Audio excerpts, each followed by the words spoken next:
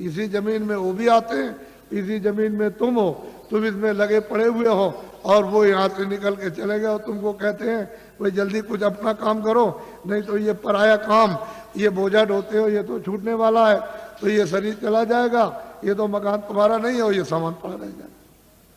तो अमोलक चीज है, अमोलक धन है, तुम्हारे पास खजाना रखा अथाह।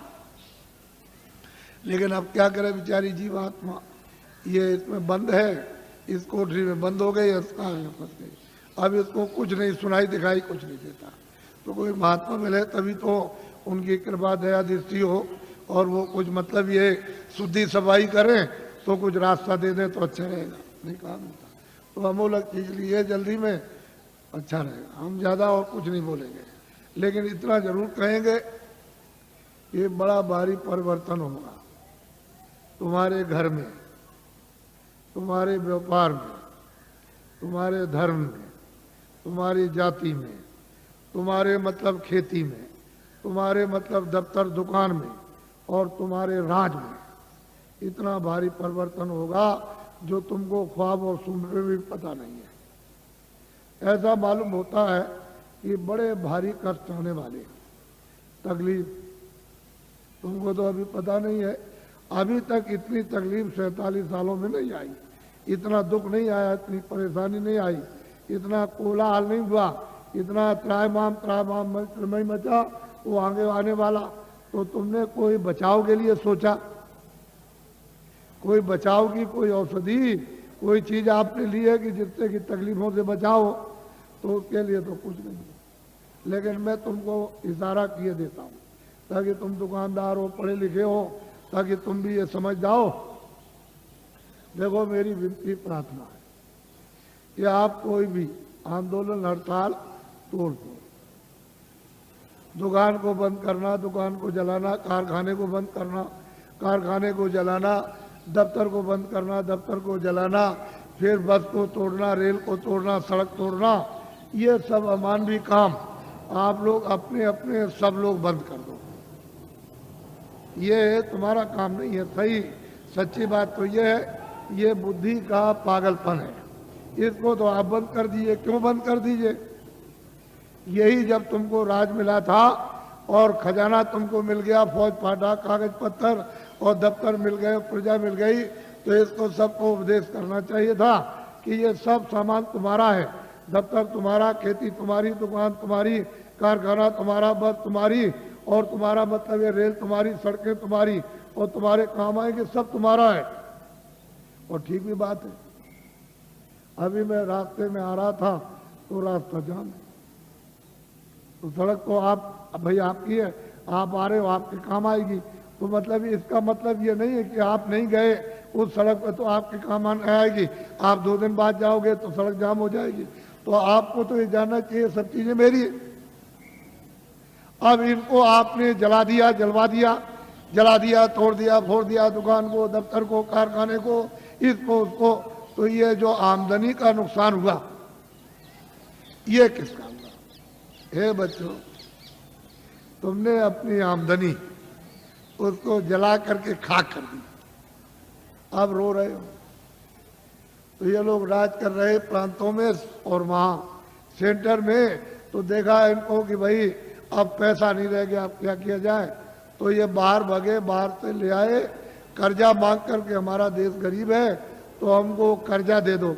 सब देशों से मांगा है और सब से ले आए। कितना ले आए इसको वो जाने, आप तो जान नहीं सकते हो, लेकिन इतना कर्जा ले आए कि दे नहीं सकते, और उस कर्जे का इतना ब्याज होगा नहीं दे सकते हो। अब कहाँ लगाए कहाँ नहीं लगाए तो आप जानो। लेकिन मैं तो इतना ही कह सकता हूं, पर ये आपको बताना चाहता हूं कि वो भी जो कर्जा ले आए तो खत्म, पता नहीं कहां चला गया। अब ये लोग भगे कि देश कैसे चलेगा, तो वहां सरकारों से मिले हर मुल्क में कि देखो भाई हमारा देश बहुत गरीब है, और मतलब यह है कि अपने देश के बड़े बड़े उद्योगपति से साहूकार पैसे वाले हमारे देश में भेजो, हम सुविधा सब प्रकार की देंगे और वो पूंजी का यानी रुपए पैसे का फैलाव कर दे विस्तार। तो लोग वहाँ से चल पड़े। तो मैं 4 साल से बोल रहा हूँ लगातार कि देखो भाई, उनके आने का यहाँ मुहूर्त नहीं है।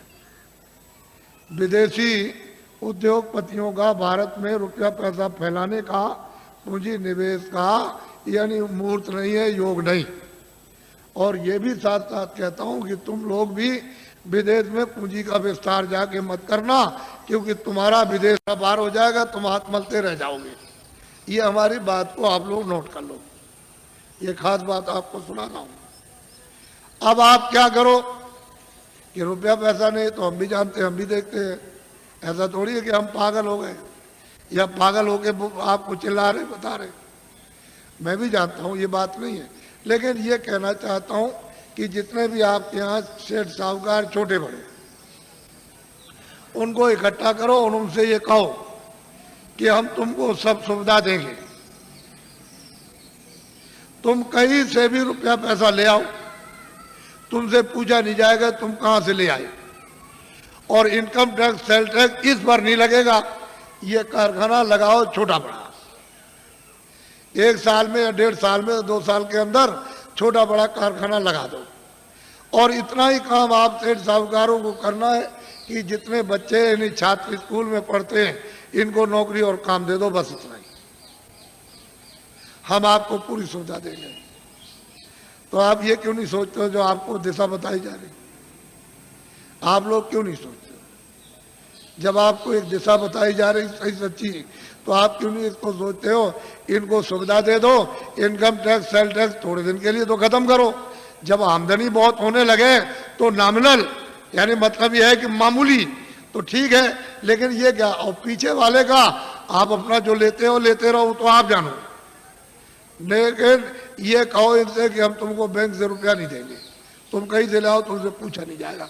एक छोटा सा कानून बना दो 2 लाइन का, बस उसमें लिख दो कि भाई आपसे पूछा नहीं जाएगा और इस नए कारखाने पर कोई इनकम टैक्स सेल टैक्स नहीं लगेगा और आप छात्रों को काम नौकरी दो, बस आपको ये करना। लेकिन आपने मेरी बात को 4 साल से ध्यान में किसी ने नहीं दिया, और दिन भर दिन तुम्हारी हालत कितनी जैसे कि लकड़ी में घुन लग गया, उससे भी बेहतर हालत होती जाए। फिर तुम मानते क्यों नहीं हो?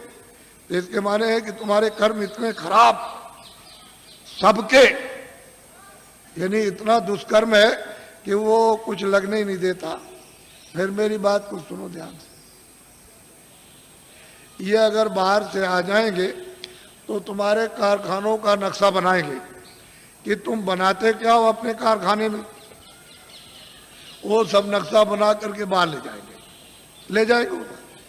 फिर वो क्या करेंगे तुमको तो मालूम नहीं है कि वो आएंगे तो कई काम करेंगे कि तुम्हारा सामान बाहर बनाएंगे सुंदर, ये सुंदर कुछ सामान नहीं सुंदर बना देंगे और मजबूत, और जितना तुम्हारा 400 का है वो 100 का रखेंगे। 400 रुपए का बिकता हो 100 का बेचेंगे, और 300 का बिकता हो 50 का बेचेंगे। वो मुनाफा नहीं लेंगे, बड़े चालाक हैं कि मुनाफा नहीं लेंगे, और बाजार में वहाँ से सामान ला के उतार देंगे आपकी मंडी में। तो ये जब ये देखेंगे लोग कहेंगे भाई बड़ा सुंदर है और बड़ा मजबूत और बहुत सस्ता है, ये सामान तो ये यहाँ का दुकानों पर रखा है देसी बाजारों का, ये तो बहुत महंगा है, तो कोई लेगा नहीं। जमा करना एक बात तो ये। और वो क्या करेंगे, बड़े बड़े बोर्ड बना दिए, 3-3 लाख 2-2 लाख और 5-5 लाख के कलकत्ते और दिल्ली और बंबई में उन्होंने लगा दिया कि ये मेरा विदेशी कंपनी का नाम, और उसके उन्होंने शेयर निकाल दिए। तो आपने शेयर खरीदना शुरू कर दिया और शेयर खरीदने लगे, वो तो शेयर बेच करके दलालों को दे दिया और वो रुपया ले गए देसी बॉर्डर पर, वहाँ डॉलर ले लिया और चले गए अपने देश में। वहाँ से कहते हैं कि भारत अभी अस्थिर है, अभी हम पुनः फिर से विचार करेंगे। एक बात तो ये हो गई। और यहाँ 19 शहरों को एक ईंट नहीं रखी है और सुई की नोक नहीं बनी यहाँ भारत में, और कंपनी का नाम और शेयर बिक रहे और दलाल बराबर निरंतर बेच रहे। अरे बच्चा, ये सामान जो ला कर दुकानों पर जब नहीं बिकेगा तो उससे भी कम बेचोगे आप। जब ये नहीं बिकेगा और उन कारखानों का सामान उठा करके तुम अपनी दुकानों पर नहीं ले आओगे तो वो क्या करेंगे कारखाने वाले, वो तो अपने आप बंद हो जाएंगे, बिना हमारे मर गए। कोई हड़ताल नहीं, कोई ये नहीं, कोई तोड़फोड़ नहीं, वो ऐसे ही बंद हो गए। तो जितने भी वहां मजदूर और वहां पर जितने भी क्लर्क और वहां मैनेजर काम करते हैं, सब जब बंद हो जाएंगे तो घर बैठ जाएंगे। तो आखिर उनके बच्चे पढ़ते हैं स्कूल में तो काम, जब सब कारखाने बंद हो जाएंगे तो नौकरी काम। इन छात्रों को किधर से मिलेगा? कभी आपने सबने बैठ कर के इस पर गहराई से सोचा? ऐसे हवाबाजी करते रहे। फिर वो आएंगे यहाँ सब जगह अड्डा जमा लेंगे, सब जगह। और तुम जितने भी की पोस्ट के, बड़ी पोस्ट के बड़े जिम्मेदार, उनको सबको अपने पैसे, क्यों कि भारत का आदमी बहुत लालची, बहुत लालची, उनको खरीद लेंगे तो ये भारत भर फिर गुलाम हो जाएगा और तुम ऐसे हाथ मलते रह जाएगा, सट से चला जाएगा, सट से। इसलिए सोचो, बाबा जी का अगर इसमें कोई मतलब हो तब तो एक बात कह भी सकते हो। तो मैं तुम्हारी परेशानी जो तुम चिल्लाते हो आकर के और कहते हो बड़ी तकलीफ है और बड़े, ये तो भाई डॉक्टर हैं और बड़ी बड़ी फैक्ट्रियां और बड़े बड़े अस्पताल है, वहां जाओ दवा करो, जा कह लगे हमने तो बहुत दवा कर